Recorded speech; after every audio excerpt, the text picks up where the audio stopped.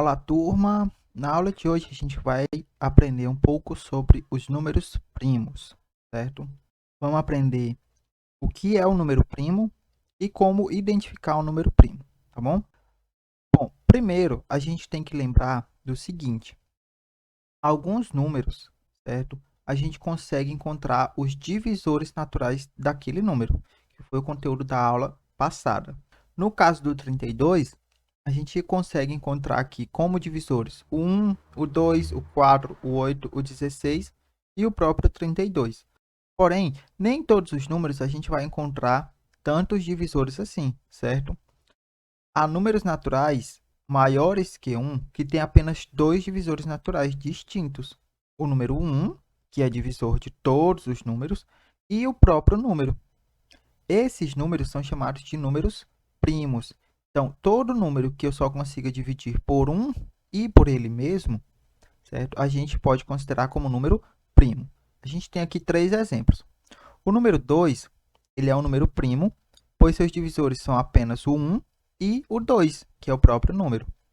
O 5, da mesma forma, certo? Seus únicos divisores são o 1 e o 5. E o 11 também. Seus únicos divisores são o 1 e o próprio 11. Você não vai encontrar nenhum outro divisor natural desses três números, certo? Logo, esses três números são números primos, tá bom? Mas como a gente faz para saber todos os números primos que existem? Bom, nesse caso, é muito complicado a gente saber todos os números primos, certo? Porém, existe uma técnica que nos ajuda a reconhecer pelo menos os primeiros números primos, certo? E essa técnica é chamada de crivo de Eratóstenes, certo? Eratóstenes foi um matemático grego da antiguidade, certo? Ele viveu entre 276 a.C. e morreu em 194 a.C., ou seja, há mais de 2000 anos. Ele já desenvolveu uma técnica para encontrar todos os números primos. E como funciona essa técnica? Primeiro, ele fez o seguinte: ele escreveu os números naturais de 1 a 50 e ele tira o número 1, pois o número 1 ele não é primo, tá?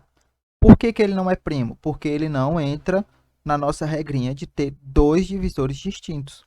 Ele tem apenas o número 1 como divisor. Então, ele não entra como primo, tá bom? Em seguida, aqui no passo 2, ele elimina os múltiplos de 2. Então, ele vai eliminar quem? Ele vai eliminar todos os números pares, exceto o próprio 2, certo? Então, nesse segundo passo, ele vai eliminar o 4, o 6, o 8, o 10, o 12, todos os números pares, exceto o 2. No terceiro passo, ele vai retirar os múltiplos de 3, certo? Então, ele vai estar retirando aí o 6, que já vai estar fora, mas ele vai retirar o 9. O 12 já estava fora, ele vai retirar o 15, e assim por diante. Todos os múltiplos de 3 saem do crivo, exceto o próprio 3. Em seguida, ele elimina os múltiplos de 5 e de 7. Claro, sempre lembrando que eles mesmos continuam, tá? Então, a gente começa tirando 1, depois tira todos os múltiplos de 2, menos o próprio 2. Tira todos os múltiplos de 3, menos o próprio 3. Elimina todos os múltiplos de 5, menos o próprio 5. E todos os múltiplos de 7, menos o próprio 7. E aí ele pode continuar fazendo isso, certo? Para o 11, para o 13. E eliminando os múltiplos desses números até sobrar apenas números que, quando você for buscar os divisores, eles só tenham 2, o 1 e ele mesmo, certo? Dessa forma, os números que sobraram no quadro não são múltiplos de outros números, exceto o número 1, certo? Ou seja, são números divisíveis apenas por 1 e por eles mesmos. Então, todos os números que sobram no quadro, quando você faz essa exclusão, todos eles vão ter como divisores apenas o 1 e eles mesmos. São os números primos compreendidos entre 1 e 50, esses que a gente viu acima. Os números naturais maiores que 1, que não são primos, isto é, que tem mais de 2 divisores são chamados de números compostos. Os números compostos sempre podem ser escritos como um produto de números primos. Então, perceba aqui abaixo que eu tenho 4 exemplos, certo? 46, 60, 75 e o 39. E todos eles eu consigo encontrar uma multiplicação e dê ele como resultado. Então, 46 é o resultado de 2 vezes 23, que são dois números primos, certo? O 60 eu consigo representar como 2 vezes 2 vezes 3 vezes 5. Então, o resultado dessa multiplicação vai dar 60, assim como o 75 e o 39. Logo, esses números são números compostos, tá bom? É conhecimento de um número primo. Para saber se um número é primo ou composto, podemos utilizar o método de Eratóstenes, ou seja, verificar se esse número é múltiplo de algum número primo. Se o número for divisível por algum número primo menor que ele, temos um número composto. Se o número não for divisível por nenhum número primo menor que ele, teremos um número primo, certo? Ou seja, se você conseguir dividir o número que você está procurando por algum outro número, então ele é composto. Como exemplo, ó, a gente pode usar aqui o número 12, certo? Eu consigo dividir o número 12 por 2? Consigo, né? Então, 12 é composto, certo?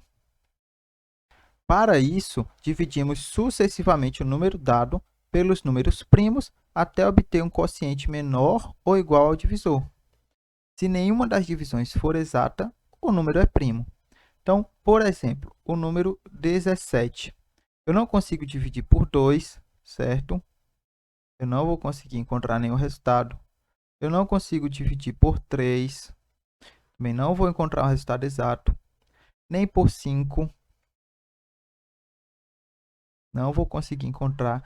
E à medida que eu for procurando divisões por 7, por 11 e assim sucessivamente até chegar no próprio 17, certo? Eu não vou conseguir dividir e ter um resultado exato.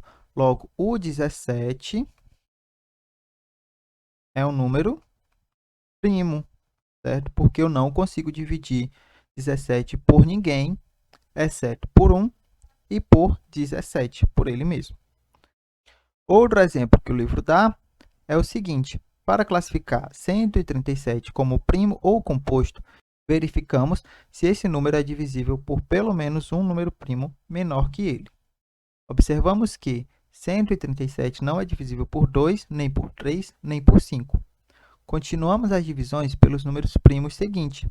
Então, por 7 vai ter resto 4, por 11 vai ter resto 5, por 13 vai ter resto 7.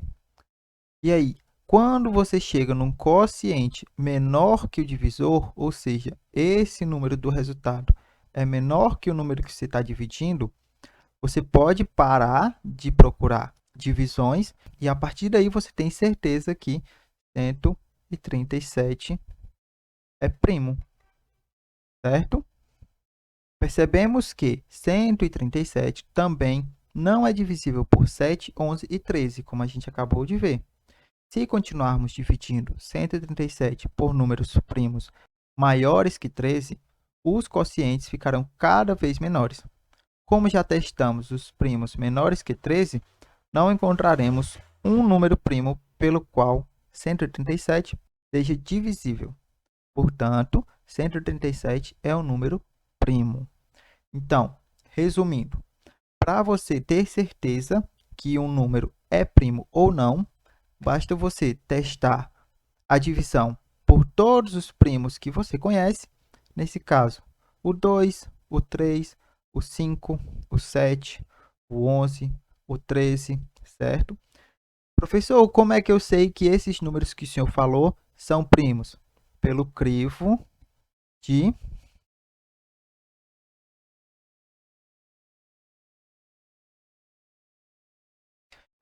de Eratóstenes, né? Aquele que a gente mostrou no comecinho. E aí, você sabendo os primeiros, você consegue testar qualquer outro número para saber se ele é primo, tá bom? Bom, pessoal, essa é a aula de hoje. A atividade vai ficar no link disponível para ser resolvida, tá bom? E a gente se encontra na próxima aula. Valeu, pessoal, e até lá!